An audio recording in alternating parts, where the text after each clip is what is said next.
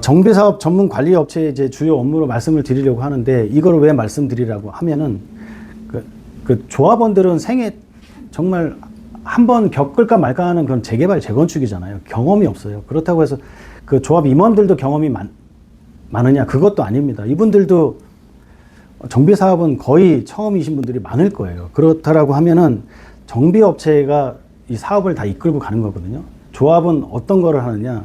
이거는 조합원들하고 소통만 잘 하시면 되는 거예요. 조합은. 네. 꾸준히 조합한테서 소통을 하고, 그 내용을 전달을 하고, 뭐 총회를 열었을 때 동의가 잘 나올 수 있도록 조합원을 잘 달래는 일이 조합의 가장 큰 업무고요. 나머지는 다 정비업체의 업무라고 보시면 됩니다. 보시면 뭐 기본계획 변경 업무 지원이라든가, 뭐 각종 인허가 업무 지원, 뭐 소송 관련 업무 지원, 그리고 이주 업무 지원 뿐만이 아니고 설계 도서 검토 업무 지원, 뭐 청산 업무 지원까지 다 모든 게 정비업체에서 진행을 하는 거고요. 이거는 그냥 조합에서 관리만 해주면 되는 겁니다. 그래서 과연 성수 전략 정비구에 어떤 정비업체가 들어가 있는지 제가 한번 찾아봤어요. 성수 1지구의 정비업체는 한국 CM개발이라는 곳이더라고요.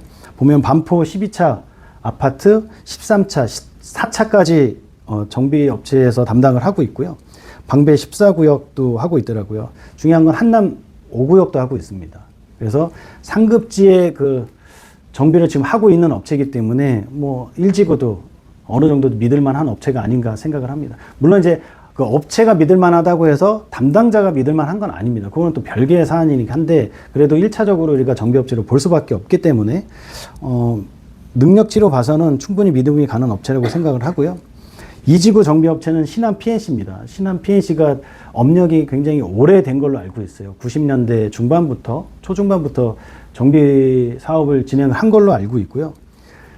신한 PNC는 한남 2구역, 3구역도 다 진행을 하고 있습니다. 그리고 반포 1, 2, 4주구 5,000세대 이상이죠.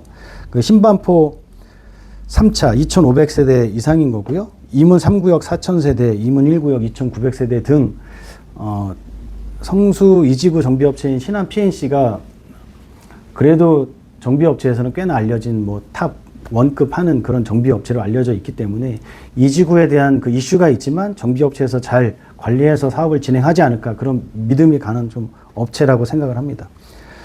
성수 3지구 정비업체는 남재 C&D라고 해가지고요. 네. 한남 4구역, 노량진 7구역을 담당하고 있고요. 성수 4지구는 JNK라는 업체입니다. 여기는 장위 9구역하고 부관 3구역 정도 이렇게 담당을 하고 있습니다. 그래서 정비업체의 역할이 사업을 진행하는 데 있어서 최소 2, 3년은 앞당길 수 있는 그런 능력을 가지고 있는 업체라고 저는 생각을 하거든요.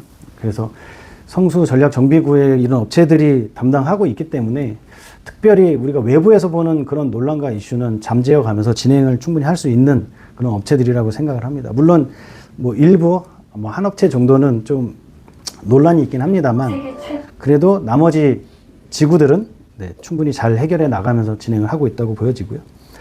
그러니까 부동산 투자를 할 때 그 작년 초만 하더라도 14억, 15억짜리가 성수에 꽤나 여러 채가 있었습니다. 그게 다 거래가 됐습니다. 그러니까 여러분들이 생각하실 때 좀 상상을 하실 필요가 있으실 것 같아요. 저는 이제 이게 트리마즈잖아요. 이게 47층. 여기에서 이제 49층이든 78층이든 생긴다고 하면 이런 모습으로 한강을 다 뒤엎을 겁니다. 네.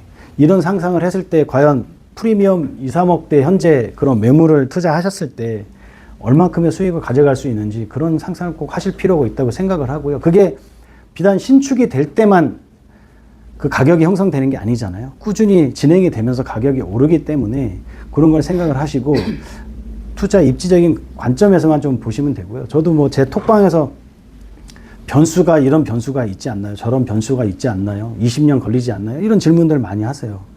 변수는 저도 모릅니다. 어떤 변수가 있을지 아무도 모르잖아요. 그거는. 그러나 우리는 변수 말고 상수를 생각을 해야 되는 겁니다. 그 가치에 대한, 입지에 대한, 주변 시세에 대한 그런 상수만 생각하고 투자를 분명히 고려를 하셔야 된다고 저는 생각을 합니다. 제가 이제 그런 질문을 많이 받을 때 이 이미지를 좀 AI로 생성을 해봤어요. 우리가 좀 외부에서 볼 때는 어떤 성수 전략 정비구역이 굉장히 굴곡지잖아요. 박원순 서울시장 때 뭐 초고층에 대한 35층까지만 지어라. 사업성도 떨어지고 지금 뭐 덮개 공원이 어떻게 되고 이런 논란이 있긴 하지만 이 성수 전략 정비구역이라는 기차에 탔을 때 안에 타 있는 조합원들은 굉장히 편하게 가고 있다는 거예요. 우리가 기차를 타고 있을 때도 마찬가지잖아요. 구비진기를 가고 있지만 기차 안에서는 못 느끼고 있기 때문에 그런 걸 한번 생각을 해보셨으면 좋겠어요. 안에서는 샴페인 터트리고 있습니다. 그 내용을 제가 한번 가격으로 말씀을 드릴게요. 1지구의 동양 아파트입니다. 이게 24년도 1월에 5억 8,500이었어요. 가격이. 10년 전 가격이었습니다. 갭 투자로 2억 중반에서 2억 후반이면은 동양 아파트 매수가 가능하셨어요. 10년 전입니다. 최근에 실거래가 얼마였죠? 29억입니다. 30억에도 매물이 없어요. 네. 이게 뭐 35층으로 제한이 됐던 뭐 어떤 논란이 있던 그래서 못 들어갈 구역이라고 전혀 보여지진 않잖아요. 정말 내가 갭 투자로 2억 중후반대 갭 투자를 해놓았으면은 20억 충분히 수익이 나는 그런 구역들입니다. 그러니까 동양 아파트 같은 경우에도 예측한 4년 뒤에 가격이 어느 정도 될까 했더니 한 36억 정도 예상을 하고 있습니다. 과거의 그런 통계 자료를 통해서 36억까지 갈 거라고 생각을 하고 있고요. 한신 아파트입니다. 한신 아파트에는 뭐 지금 24억 4천인데 최근에 아직 실거래가는 안 올라왔는데 25억에 아마 거래가 된 걸로 알고 있어요. 그래서 25억 정도 이제 신고가가 나올 거고요. 여기도 마찬가지로 10년 전에 6억이었습니다. 수익률이 굉장합니다. 여기도 4년 뒤에는 한 31억 정도라고 보여지고요. 뭐 청구 아파트도 이제 제가 최근에 지난달에 2건을 계약을 했지만 여기 같은 경우에도 10년 전에 4억 9,500이었고요. 실거래가가 21억 9,600입니다. 이게 23억 2,500 고층 아파트까지 제가 이제 5층 매물 그리고 제가 고층 매물을 거래를 다 했는데 23억 2,500에 아마 신고가가 떴습니다. 이제 최근에 거래 신고를 마쳤기 때문에. 그래서 여기 같은 경우에도 30억 정도로 향후에 예측을 하고 있습니다. 그러니까 사지구의 임광 아파트 같은 경우에도 10년 전에 4억 9천이었는데 지금 23억 5천 정도 지금 형성이 되어 있죠. 23억 9,500이네요. 23억 9,500에 신고가가 떴습니다. 그러니까 임광 아파트는 지금 금매로 나와 있는 게 저층이 23억, 4억 정도 하고 있습니다. 저층 매물이.